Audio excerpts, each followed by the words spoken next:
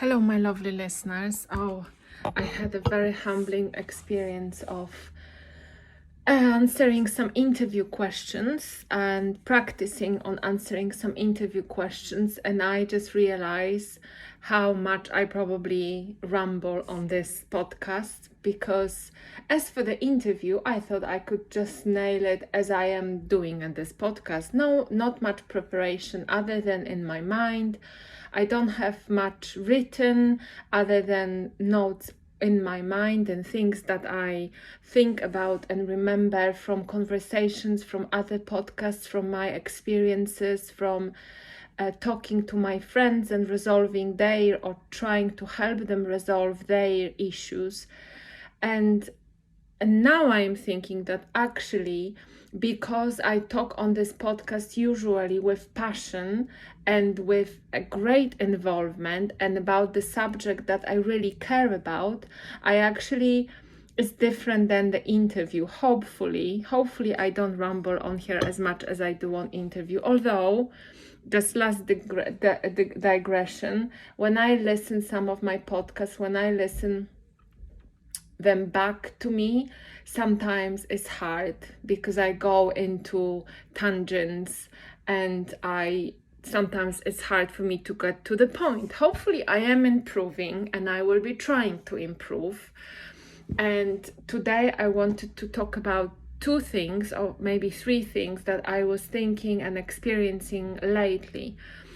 And one of them is talking about the void. So what it is, a void?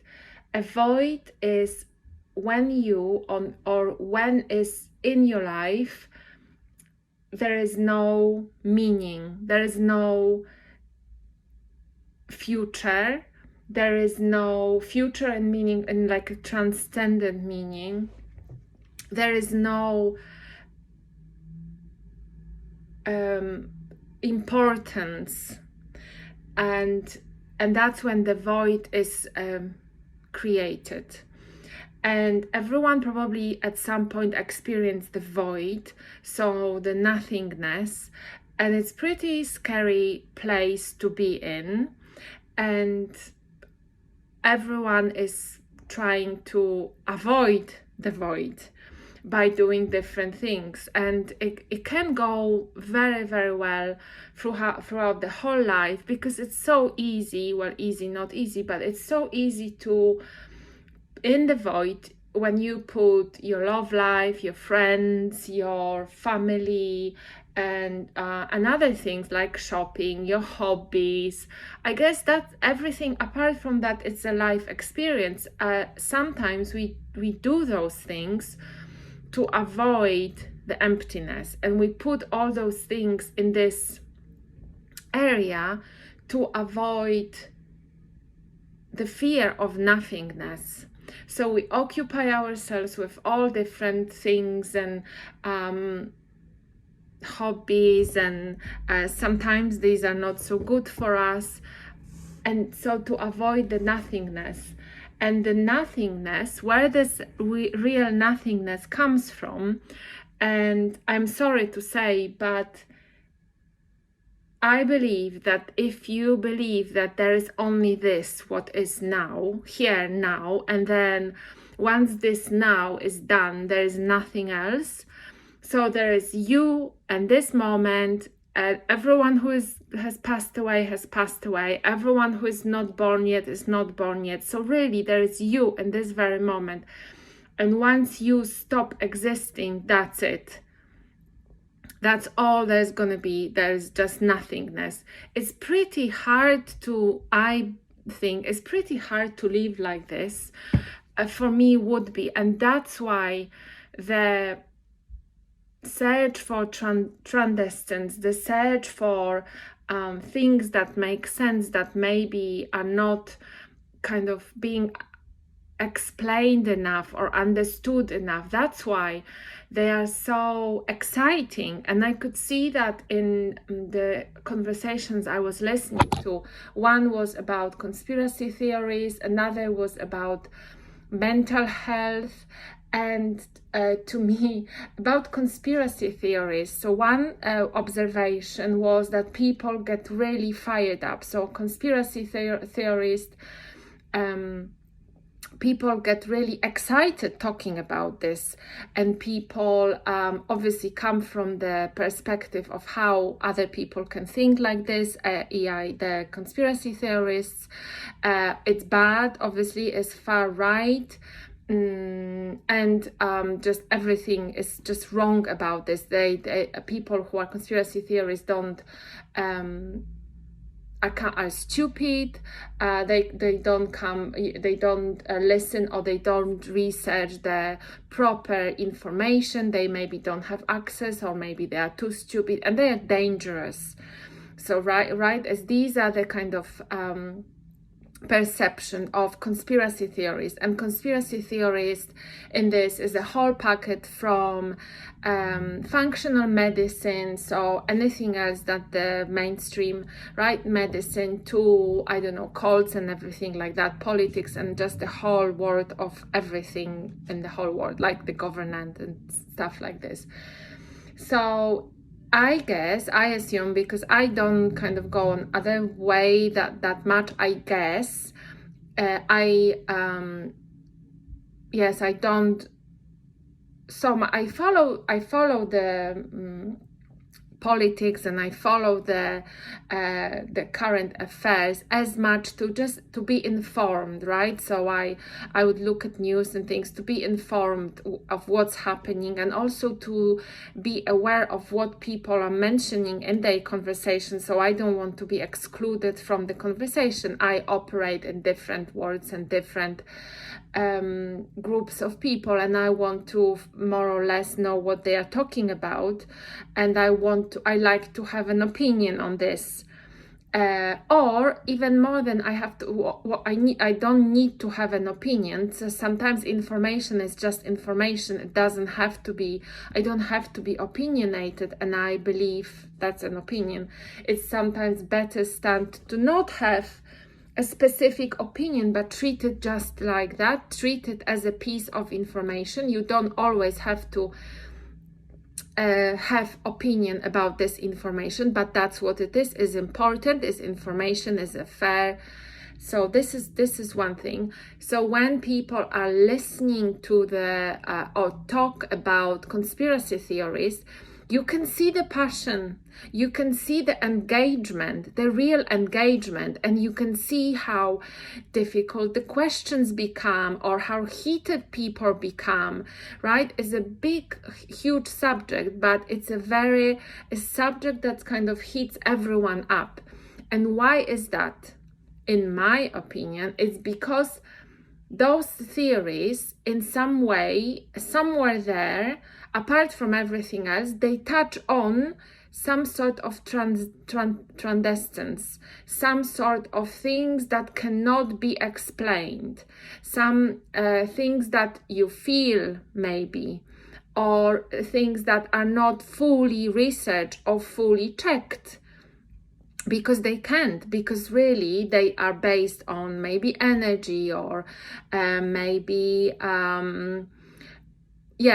someone totally kind of something that is a bit secretive, right? People are very hit up about secrets when a secret comes up, or there's discussion about secret, because it's very comfortable to know, and I just know this is what's happening, and I just know. It's not as comfortable, but so much more exciting in both kind of ways, is like if I am a bit scared, or if I am a bit curious, to look into something that is not fully discovered, or not fully disclosed, or maybe something that is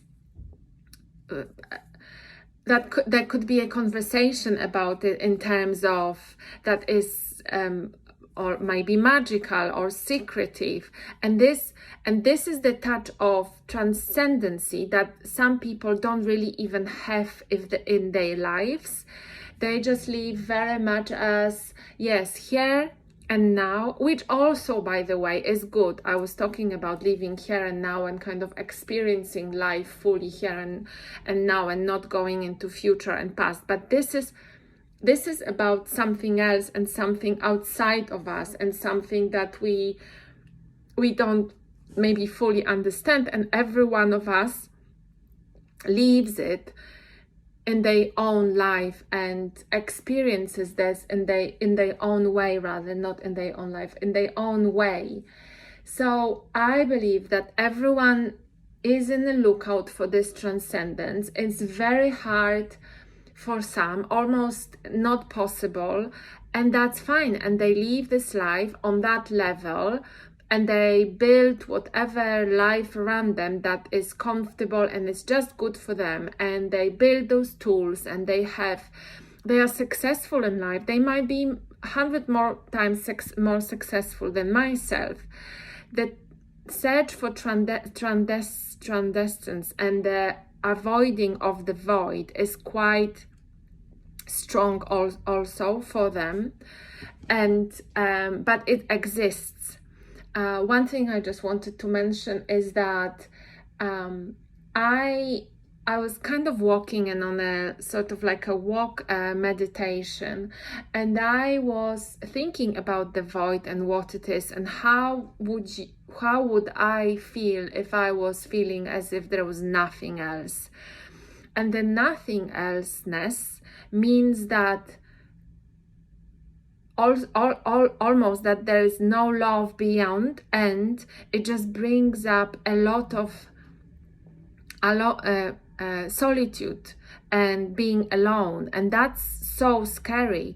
And the teachings that I would really like people to take, and also I take for myself day in and day out, is that you are not alone, and that there is love, and you came from love, and you come back to the love, and love is all there is. And there is so many things much greater than we can understand, and we are part of oneness of this all greatness. And when you start thinking like this, when you start thinking that there is something else there is a deeper meaning other than the meaning we give it. Not everything can be measured and checked exactly and proved. And that's when you kind of start coming out of there's no void then, because the void then is filled with cosmos, is filled with universe, which in a way universe and has got lots of black holes and things, but what's beyond them? When you start thinking like this, the void disappears, or at least the void is always there, because we are black and white. We are here to discover, and some maybe and probably one way or another we come to our own voids, and then we have to come out of them, because living with the void is hard. Void will consume you, and faith. And I'm not talking about religion, although religion has taken off a lot of the faith element.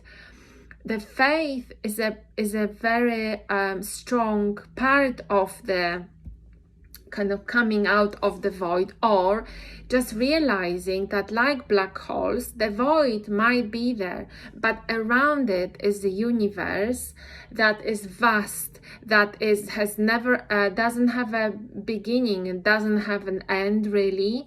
And as hard it is for us to understand, as hard it is to explain that, and a lot of physicists and psychologists and philosophers tried to explain that in a different ways, and I'm sure there is a lot of research about this, but really it comes to the fact to understand that there are secrets. Not everything can be explained always, and it's okay if you search, and it's okay to be spiritual, I guess.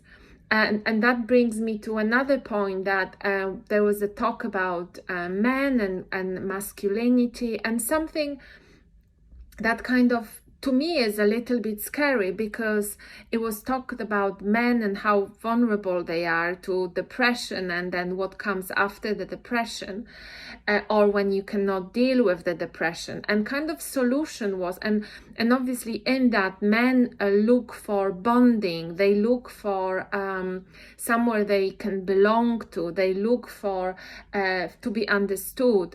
And although, and then there was the theory was given that the two things are either you are being very manly, so like 50 years ago you are man, you provider, you don't cry, or you become as a woman.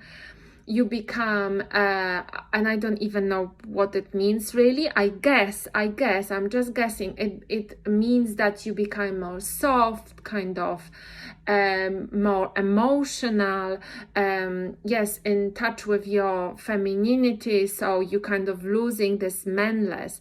When the third solution, which I am trying to talk about, is getting in touch with your own self. Also, maybe it was kind of brushed on a little bit, so it was mentioned to kind of listen to yourself and be yourself, and be ready to find your own truth, which is, I guess, not harming anyone else, and most of all not harming you, because what was talked about there was about that if you don't have, if a man, let's say in this case, if a man does not have this sense of belonging, if all he has got from his mate, so-called, is the banter and the kind of being tough, which is very artificial, he doesn't have this softness, yes, the opportunity or ability to talk about himself, about, I guess, his feeling of, or his difficult circumstances, doesn't have the people who would listen to him. He would then, so the solution for this was to join, I don't know, Dragons and Dens or whatever other kind of gaming clubs, which is again like very manly, which is totally fine. And it's, I guess it's a step, because then there is community, and from playing the games you can kind of then start talking about things that maybe bother you, or have this sense of community is super important. And I never underestimate the sense of community, and I am also finding it in different circles, and not all of those circles, pretty much 90% of them is not spiritual, but I have my own spiritual world that I rely on very much so, and it's very rich. And I then, through that, I find myself, and I don't get so angry when someone speaks their own truth, when it's totally different than mine, because in my spiritual practice and in my everything outside of the void, I can see this love, I can see the oneness, I can see the fact that people are on different levels of sort of development, if you wish, but I'm not, I don't want this to be kind of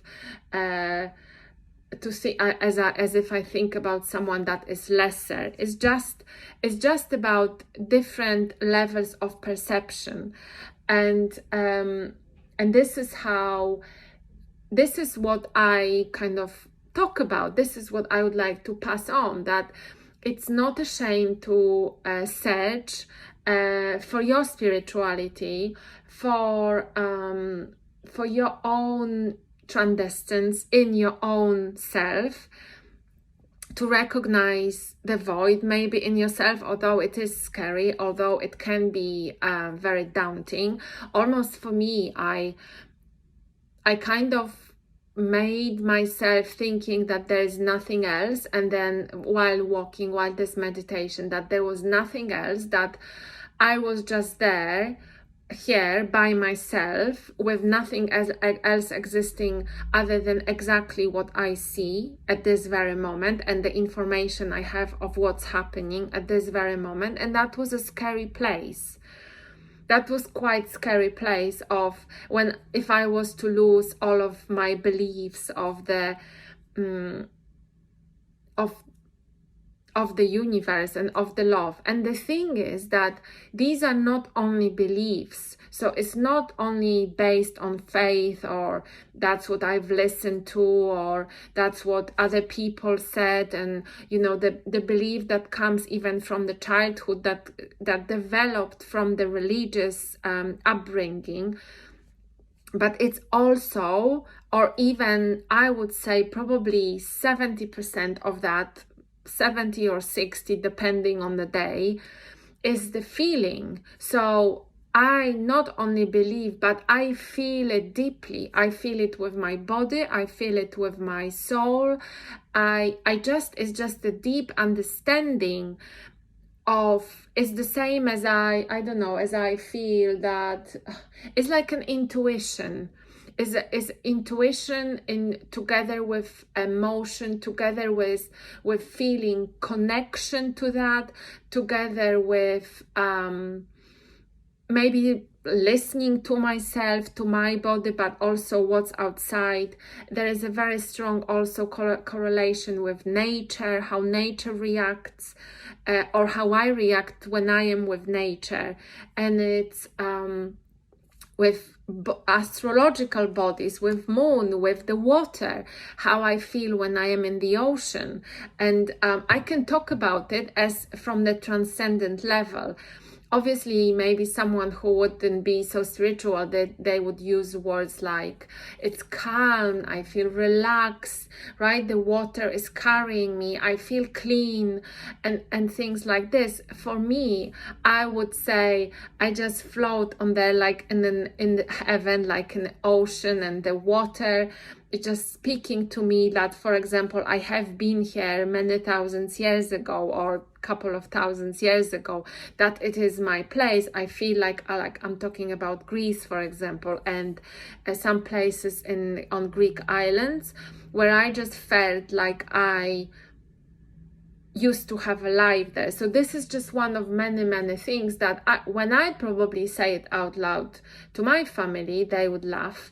And I think, so I don't have to say it out loud. I have this channel to say that. And these are my my feelings and my emotions.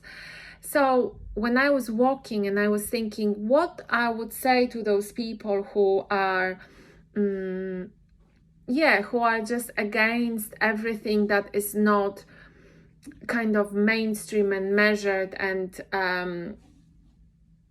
checked and backed up by data maybe. And I'm not saying, never saying that these things are bad or they shouldn't be followed. It's not about that. It's about thinking a little bit wider. So that there are definitely things on Earth and beyond that cannot be measured, that cannot be checked, that are just that are just happening to you in your own kind of view, how you take this. And not everything that exists can be backed up by clear science. So just to have this thought, and maybe from there slowly someone could go into thinking about the more spiritual way. And I really wish that more men had these thoughts, and they don't have to become like women. And also the other part of this maybe is that the men who have this kind of knowledge and who went to therapy and who are thinking about themselves as more like spiritual being, having a human existence, in many cases they are so open that they are almost closed, and they kind of sometimes, or the couple of men that I've actually experienced, are going in the direction to maybe exploit some other people, or maybe they kind of became so sure of themselves, maybe because the knowledge and the kind of spiritual enhancement gave them more self-confidence. I'm not exactly sure, I don't really want to go in that, but in terms of how they are, for example, in relationship, it was, the influence might have been kind of a little bit shaky. But that's just one thing to think, and it's not only spirituality, and it's not only with men, it could be obviously with women as well. So this is just what I observed against the men who might not be as spiritual again, but I tend to look for these sorts of men. So but that's apart from this talk. So I'm here to always support you with your spiritual journey, with your transcendent journey, with sort of avoiding, or with helping you to understand that the void, although it might be there, is really surrounded by the vast universe, who is definitely full of past, present, future, that's how we understand it, but it's full of love and of things that we are really not aware of, and to always ask questions, and to not take things in a face value, while obviously, and I don't even have to say that, but just in the same time not hurting anyone, and the kind of understanding that everyone is on their way and on their path where they are supposed to be, and we can be here to guide them. But if they are not ready for this guidance, they're not gonna take it. I hope you have a lovely rest of the week, and I speak to you soon.